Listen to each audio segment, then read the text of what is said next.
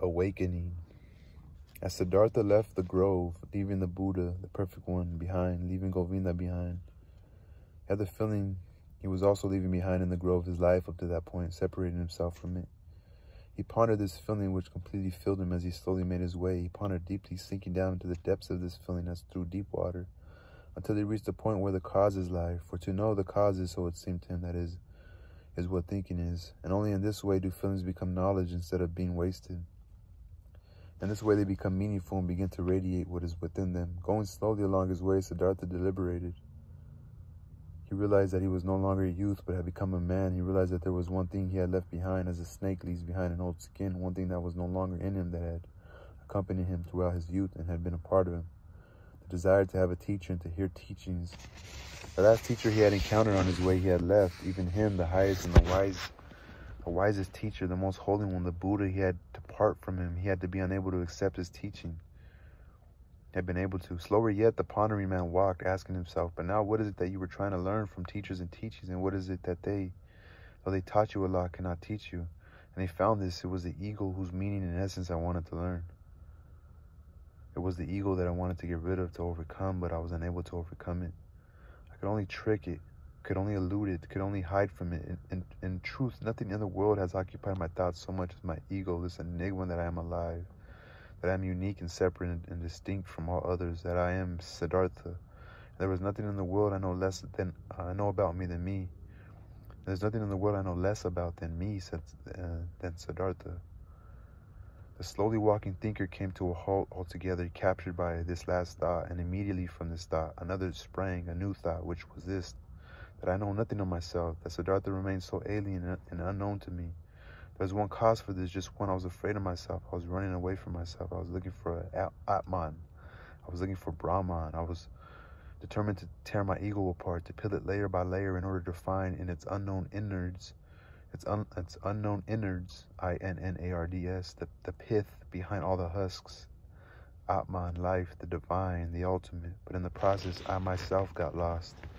Siddhartha opened his eyes and looked around. A smile spread over his face, and a profound sensation of awakening from a long dream filled him down to his toes. Immediately he resumed walking fast like a man who knows what it is he has to do. Or we thought, taking deep breaths. Now I will not let Siddhartha slip away from me again. No more will the point of departure for my thinking and my life be Atman and the suffering of the world. I will no longer kill myself and tear myself to pieces, trying to find a secret beneath the rubble. The Yoga Vida will teach me no longer, nor the Atharva Vida, nor the ascetics, nor any other teaching. I will learn for myself, be my own student. I will learn about myself, about the mystery of Siddhartha. He looked around him as though he were seeing the world for the first time. The world was beautiful, full of colors, strange and enigmatic. Here was blue, here yellow, here green. The sky was in movement, and so was the river. The forest was fixed in place, and so were the hills, all beautiful, all mysterious and magical. And in the middle of it all was Siddhartha, the awakened one on the path to himself. All of it, all the yellow and blue, the river and the forest, entered Siddhartha for the first time. Through his eyes, it was no longer the magical deception of Mara, it was no longer the veil of Maya, it was no longer the meaningless and arbitrary multiplicity of the world of appearances, contemptuously derided by deep-thinking Brahmins who scorned multiplicity and sought unity. Blue was blue, river was river, and even if in the blue and the river, the divine and the one were alive in Siddhartha in a hidden way, it was still the divine way and intention to be yellow here, blue here, sky here, forest here, and Siddhartha here. Meaning and essence were not somewhere behind things, they were in them all. How deaf and dumb I have been, thought the traveler, moving quickly along his way. When one is reading a text whose meaning he is seeking, he does not scorn the signs and letters as deceptions, accidents, and worthless husks. Rather, he reads them, he studies them, he loves them, letter by letter. But I was trying to read the book of the world and the book of my own being. And because of my preconceptions, I scorned the signs and letters. I called them the deception of the world of appearances. I called my eyes and my tongue arbitrary and worthless phenomena.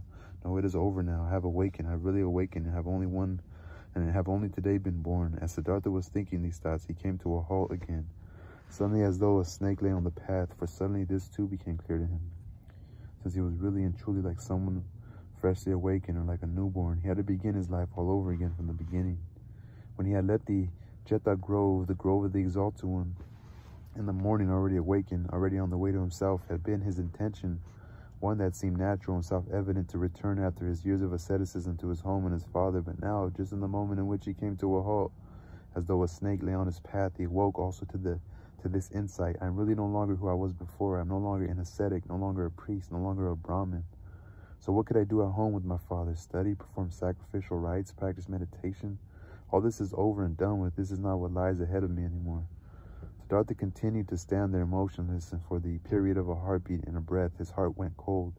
He felt it go cold in his breast like a small animal, a bird or a rabbit. When he realized how alone he was, for years he had been homeless and now felt it. Now he felt it. Up till now, even in his deepest meditative absorption, he had been his father's son, a Brahmin of high standing, a spiritual person. Now he was only Siddhartha, the awakened one, and nothing else. He drew in a deep breath, and for a moment he was cold and shivered. No one was alone as he was, no nobleman separated from other noblemen, or artisans separated from other artisans, no longer having the shelter of the company, no longer sharing their life and their talk. No Brahmin who was no longer accounted a Brahmin, no longer lived with Brahmins, no ascetic who had found refuge in his status as a Shramana.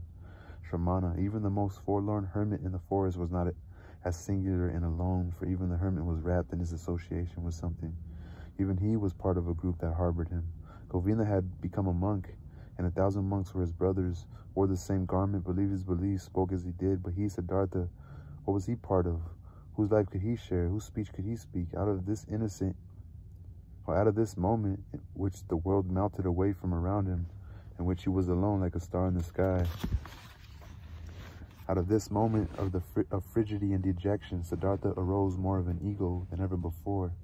More tightly clenched within, his feeling was, that was the last shudder of awakening, the last pang of birth.